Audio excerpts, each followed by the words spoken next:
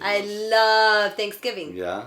So there has to be like cute like family films and stuff. That would be very cute. I have to maybe the great that isn't it Thanksgiving? There's a American Pie or something has American to be. Pie is on that. Yeah, feel free to recommend it. Don't have pies in November. She's just in case. a big fan of the American Pie series. Welcome, I'm Bill. I'm Melissa, and this is SB. We're going to tell you what to stream. We're going to tell you what to watch, what's happening, what's new on Netflix and Hulu and streaming service. Everything. What's new?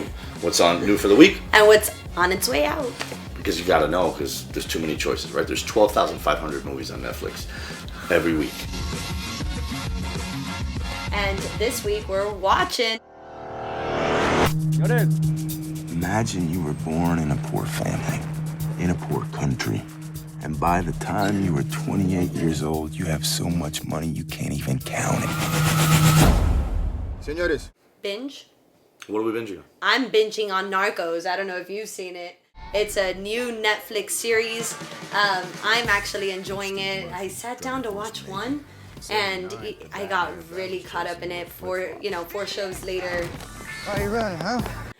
It's about Pablo Escobar, and it's about the drug war and how they brought in the shipments to Miami actually in the 80s, and how many people were dying on a daily basis. But it's incredible to see how nobody was looking for cocaine during that time. They were here in Miami, everybody was looking for marijuana. Marijuana was the big drug on the street, and then Pablo Escobar kind of revolutionized that here. So that's the story. We were witnessing the formation of the famed Medellin cartel. There was Jose Rodriguez Gotcha, the Ochoa brothers, and last but not least, Pablo Escobar. Now, because it's Thanksgiving, our favorite food movie, I think both of ours, Jon Favreau's Chef. And it's loud and there's a lot of bad language. So I hear bad language all the time. Where? YouTube? YouTube has bad language? Yeah. What's this madness, huh? It's carne asada. Check it out. Holy chef, big dog, up all night cooking. Chef, which is also streaming now. Chef is streaming still. What? No, and Chef is such a good movie. This. We're being reviewed by the most important critic in the city. Now suddenly you're going to be an artist. Well, be an artist on your own time. So you're threatening to fire me now? No, I'm telling you what I'm prepared to do if you don't cook my menu. What do you say? I don't think I should read it. I think it's a beautiful story. I think that even the music that he chose for this, it really feels like if you're in these places.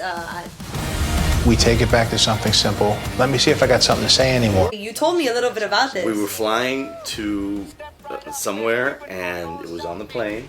I've been wanting to see it, but my friends were all like, dude, what you're going through right now is going to be an emotional suicide. Don't watch. Wait a little on that. Because I love Jon Favreau. Swingers posters over there, Maid posters over there. You can't see those, but they're there. Elf, Iron Man. Everything he does. I love him. Yes. And Dinner for Five. Yeah.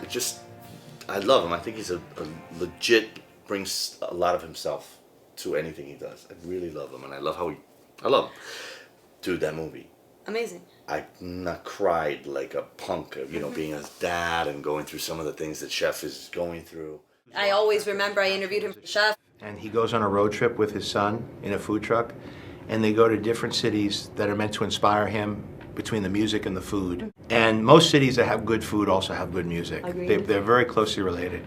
And I remember when I was filming Iron Man 3 here, I wanted to taste some authentic Cuban food and hear some Cuban music, and I was brought by some locals to Hoy Como Ayer in Little Havana and to Versailles. Yes. And I thought, what a magical place. This would be so nice for a movie. And I remember, like how in Swingers I would do Hollywood with swing music. This felt magical like that to me. Go to New Orleans, they're in Miami. They go to very iconic places in Miami, actually. They film in Versailles, they film at Hoy Como Ayer. A Los Pinareños. A Los Pinareños. Right around the corner from her house, by the way. Yeah, it is. So let me tell you, it's just one of those films, and again, I think... And Austin, too. Austin. Really, well, those are all great food places. No, all great food places. Well, Sofia Vergara, we were mentioning love her. A couple weeks ago. Scarlett Johansson, Robert Downey Jr. Movie shot in 30 days. Yeah. And just, oh my God, Leguizamo. Oh, John Leguizamo's in it, of course. Bobby Cannavale, who's from Miami. Yeah. Yeah, Cuban kid like us. So again, a great film. And it's streaming right now. It's streaming. And you talked to him even about Rudy. I don't know if Rudy's streaming, but... No, I did. No, but let me tell you, we talked about food because we always have to talk about food. And the music. I think that the soundtrack to this film, if you haven't watched it already, check it out on Netflix. And I think so good. It also gets lost, I think, because he's such a good director and writer and producer. I think he did too. What a good actor he is. He's amazing. You are fired! What? You're fired! It's jealousy, it's deceitfulness, it's vindictiveness, but I mean, God, what can you expect when you're on top? My retro pick this week, Boogie Nights. We took it off the shelf. But this is DVD. We're not doing DVD. We're talking streaming, and it's streaming on Netflix right now. Wait. Not this part.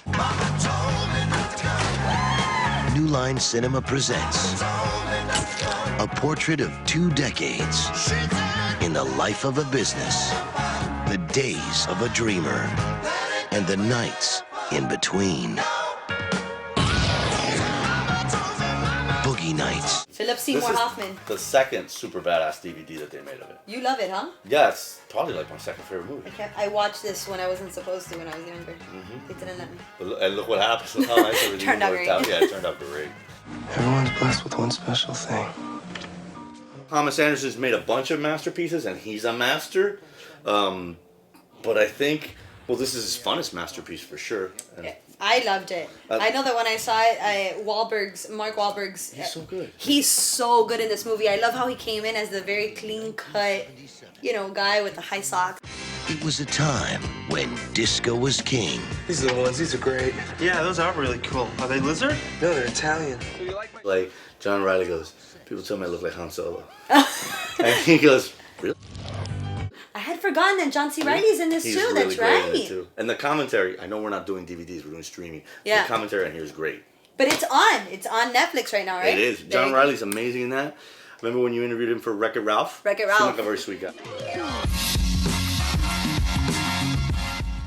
When John C. Reilly is when he's like, or Mark Wahlberg when they go to the recording studio and Robert Downey Sr. is the guy who's running it, and he's like, "What don't you understand, man? We get the tapes. We go to the recording studio. We get the money. We'll come back and pay you, man."